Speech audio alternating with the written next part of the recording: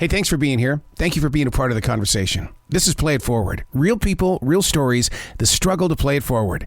Episode number 564 is with Kimiko Glenn and Michael Croner from Kiff on Disney Plus and the Disney Channel. So great. How are you? Thanks for having us, Arrow. Absolutely. I got to ask you right off the bat, though, that theme song for Kiff, I mean, I want that song to be the start of my day every day because there's so much energy to it. And it's got a positive vibration about it. Oh, yeah. It's thrilling. I mean, when they shared it with us for the first time, it was so exciting. And like now I feel like I've heard it a couple times and I'm like, this is going to be iconic. Yep. This is going to be one of those iconic theme songs, at least in my mind. Yeah, I agree. The whole idea of Kiff is going to be iconic in the way that it's not just for kids, it's for everybody. I really do picture people going, hey, did you catch that latest episode of Kiff last night? Man, you got to get on this show.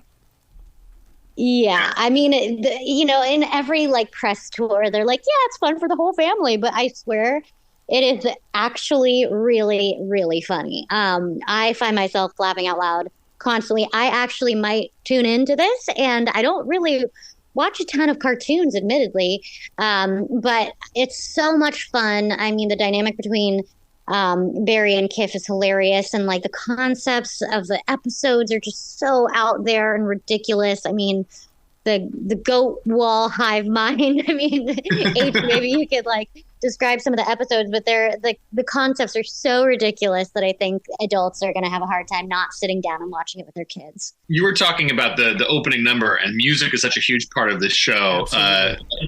Nick Small is one of the creators, along with Lucy Heavens, and Nick is a musician. And man, we not only is the opening credits like such a great song, but man, we have really catchy songs across genres throughout the show. And Kimiko is such an amazing singer, and I am such a passable singer.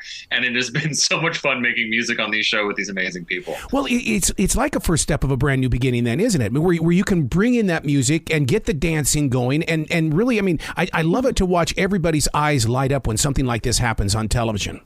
Oh, yeah. Oh, yeah. Now to be the chill bunny bestie named Barry there, Mr. Michael. I mean the what happens here with this character? Did they let you create the voice, or do they come to you and say, this is how we're hearing it? Can you bring it forward?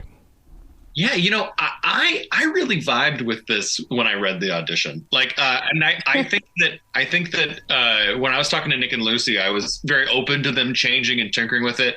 But we were pretty much on the same page right away. Barry is he is a big heart, like he is a very vulnerable, emotional, kind of quiet guy who goes along with Kiff and is like, kind of keeps his things under wraps until he can't anymore. And I related to that, and I wanted him to sort of have this like gentleness and expressiveness, and it's been really fun seeing all the different places they take this character. Also, I have an obsession with the smallness of his little tiny legs and the sort of enormousness of his little beanbag body. He's just such a weird creature, and I love doing the voice for him. Now, you're going to become part of a new term, Kimiko, in the way that I can just hear people saying, oh, that's so Kiffy, and because we're all going to be doing Kiffy moments out here, and it's going to become a brand new term. Yeah, what's funny is it's actually slang in South Africa for cool. That's what Kiff means. So I feel like we're bringing Kiff to the U.S. Kiff to the masses. Pretty Kiff, honestly. Pretty Kiff. Yeah, pretty freaking Kiff, dude. Now, H. Michael, one of the things that I've always loved about the Disney Channel as well as Disney Plus is the length of a different episode is so important because of the attention span of children as well as adults.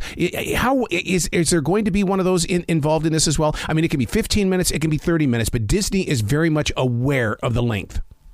Yeah, no, so our episodes are 22 minutes, but it's 2 stories. Okay. So each actual episode is 11 minutes. They're just put together in a little block, which I'll be honest, a little embarrassing, but boy, that works just right for my ADD. I can sit, I can watch a whole story, I can pause it, I can go off and futz around and make myself a snack and come back and then intake the next one. Intake is a very weird way to say watch a show, but you know what? That's how I roll. Yes, absorb. Really, right. That's so true. That's so true. So now, Kimiko, when it comes to putting this together, then with each episode at 11 minutes, what does that mean to you as a voiceover actor? Because I mean, there are times I go into that studio and I come out 2 hours later with no voice. What is it like for you?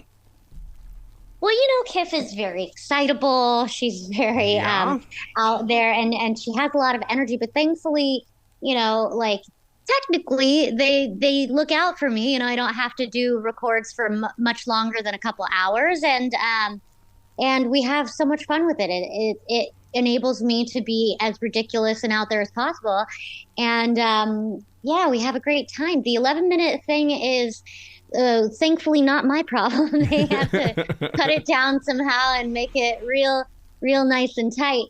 And they're really brilliant at doing that. Wow. Yeah. Speaking of those voices, H. Michael, the one of the things that do you use it ever out there in the public where you just kind of you turn on a character from, let's say, The Family Guy or American Dad or even from Kiff, and people, they kind of look around going, where have I heard this before? And just to get their natural reaction. What's so funny? Usually, if I'm doing a voice, it's for a friend's kids. Yeah. Like they're trying to get their kid excited to meet me, and they go, "Oh, he's the voice of so and so from this cartoon or from this cartoon." And across the board, you do the voice for kids, their faces do not change. They stare at you blankly, and then they go like, "Can I have graham crackers?" and walk away. And it is the most humbling experience to go like, "I got something. This kid's oh boy, it's gonna blow his mind." And then unanimously across the board, you get nothing back. It's so funny because with Kiff's voice or with any voice that I do, people are like, "Oh yeah, do this voice, do this voice." It's often so close to my own voice. It's just sort of elevated in a certain rhythm or melody. And it's a similar expression, but I think for different reasons. How did you learn to grow into that voice? Because, I mean, I remember being in elementary school and people would make fun of everybody else's voices or they would try to impersonate them. Did you just go, forget it, guys. I am me. I'm always going to be me. This is who I am. And then you go on to do what you're doing right now. What's a blessing and a curse is, how you can't really hear your own voice. And then you're just horrified when you hear yourself on a voice memo or a voicemail and you're like, that's what I sound like. I've always heard feedback that my voice was a certain way, but I never, to me, it's just my voice. And it's something that's been, a blessing and a curse, but mostly a strength of mine. And so I just kind of embrace it. And especially, now that I get so much work based off of my voice, I can't really complain. And I think for me, my voice on its own is pretty much, it's not pretty normal. And so I come from the world of sketch and improv. And so putting on characters for shows like this is so much fun because I don't get to play really big weirdos if I'm doing live action stuff. I look like a guy who works at an REI or something, some pleasant white dude. And then on television, I can be an old lady or a bunny or a superhero or a monster. And that's honestly the work that I enjoy the most these days.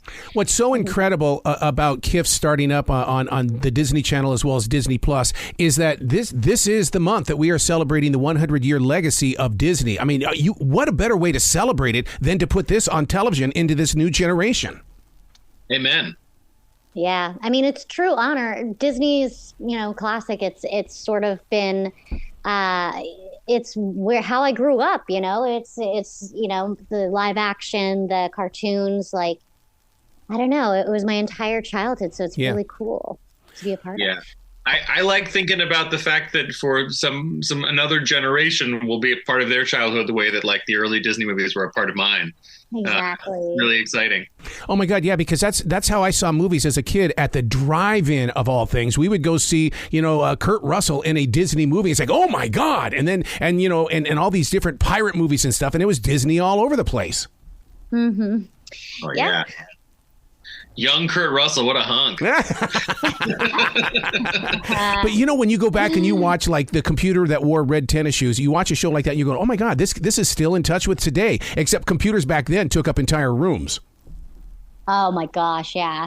I think the beauty of Kiff is that it's in terms of like aesthetic and like illustration and animation, I feel like it's timeless. I think it'll stand the test of time. Yeah. I think the themes and the humor, I think, is going to be good for all ages. Everyone's going to love it. It brings a lot of nostalgia for me, I know, because it reminds me of those childhood cartoons that I used to watch on Saturdays. And, Yep. Yeah.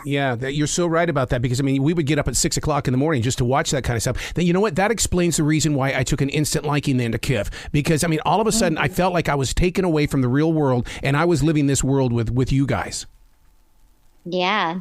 Absolutely. I think there's something about animated characters where, because we recognize them as not being something in the real world, because like when you watch, for me, like when I watch acting, it's like I'm almost critiquing, I'm looking for the flaws in somebody's performance.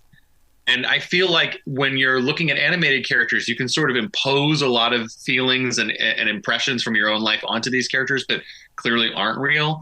So there's a little magic in there for me. I still like animation as a grown man, which is a shame. And please cut that out of this interview. Well, when you're creating with Lucy and Nick, I mean, do you guys get to do it in one big situation? And what I mean by that is a lot of these bands, these musicians are coming together and they're in the studio together as a band, and it's not individual anymore. Do you guys get to have those moments where you're reading in the same room together with Lucy and Nick? Not often in the same room. I actually don't even know if I've met Lucy and Nick in life. I mean, like it's all been over Zoom. With H, I met him kind of by accident a few weeks ago when I was coming out of the studio. He was going in. But yeah, it's similarly insular in the way that animation can be. You know, you kind of record by yourself, and then it's the voice director and the creator's magic that put these scenes together, and it sounds like dialogue. But occasionally H and I will have the pleasure of working with one another over Zoom. We get to do like mini ensemble records, and that's always a delight, because then I get to hear his read and his interpretation of the scene, and it's just it's so fun. It brings a lot of like exciting energy to the project. We got to start the process by recording together, which was really nice, because you get to feel the dynamic, you get to see how the characters play off of each other. So then when I'm doing a record on my own now, even if I'm reading with Sam Riegel, who's an amazing voice director, I can kind of hear Kimiko in my head, and that really helps. Yeah. See, and that's the way I am as a producer. When we would have like dialogue commercials and things like that, it's like I don't need both of you here. I hear it already in my head. We're going to do it my way, and it just makes it tighter and brighter, and it really does sound like a better connection. Wow, that's awesome. Fascinating. I don't think I have the ear for it, but that's like such a skill set. Well, that's just years of program directors and radio station consultants going, do it this way. Can you not hear it? Do you know who you're talking to? And do you ever find yourself like that with your characters and things that you do with your voiceovers? Do you sit there and envision who is receiving what we are sending out? Oh yeah, I think it helps with the creation of the character and like the interpretation of the scenes. Just how things are going to play out. Also, it's helpful because the creators who imagine this entire scenario are there to kind of guide you along the way and say like, yeah, that's not it. But yeah, it's a really fun process, because even if you're so far off, sometimes that works. And sometimes it works oddly in the best way. And so it's a nice collaboration. Yeah, I think it's really fun to come into a record with a bunch of ideas, even if they're wrong. Yeah. Because start the conversation, even if you're messing it up. If they're going, oh, no, it's way over here. Coming in flat and having somebody just try to put the performance onto you is such a boring way to do it. And I feel like everybody in this process has big opinions and big ideas. People are improvising, people are pitching jokes. And I think that collaboration is really helping create the show's voice, because it's such a weird group mind thing. It's not just Nick and Lucy are such a big part of this, and gosh, they are doing an amazing job.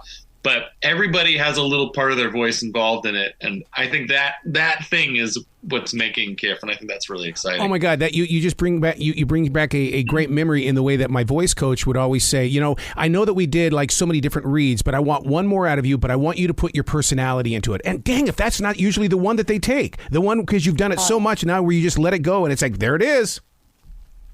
Yeah, I think I find that people really get excited when it's like an unusual take on something, or there's like a little flutter in your voice that's like, that's a little less controlled. There's something about it that's, I think, very human, and adding that humanness into, a world of animals is is I think what helps it be relatable. So let me ask you the typical viewer question nowadays, because Disney Plus is very good at this, is that, are we going to get one episode a week, or are we going to get at least 2 or 3 at a time?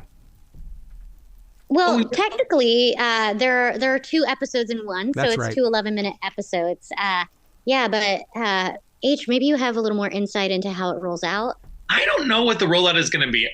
I thought my first thought was that we were going to get 5 in the first group on the 15th on Disney Plus, but I don't know, and I apologize to the programmer if that's incorrect. But we'll definitely be getting them 2 at a time, because they're grouped together, which from my attention span is so nice to have a little 11-minute chunk and then to pause it and make some popcorn and then get another 11-minute chunk. Oh my God. And first of all, I do like the Disney format, because what it does is I have a binge watching journal that I keep. And so that's how I know how to go back to the show. And so then this way, then I know that on Wednesdays or on Fridays, this is what Disney's going to give to me, and I've just got to keep that journal up to date. Are we in your smart binge watching journal? We made it in the journal. Yes, yeah, it's on there, buddy. That's my compliment, man. We made it. Yeah, because you're my escape from the real world, and it's it's so fun to talk with you guys, because it just shows that what the imagination is all about and what you can do with it, and that's what I want listeners to pick up on as well. Is that believe in it, believe in whatever voice you have inside, and bring it out to the people. Oh, so true. So true. Your own uniqueness is what makes you special. Is that like, I think I just said the same thing twice in that one sentence. No, I think you just said the theme of our show. Guys, we stuck the landing so hard on this thing. Kiff, your own uniqueness is what makes you special. We need to pitch that. Please come back to this show anytime in the future. The door is always going to be open for the 2 of you. Thank you. Thanks so much, Arrow. So fun. You bet. You guys be brilliant today, okay? Oh, thank you. You too. Will do.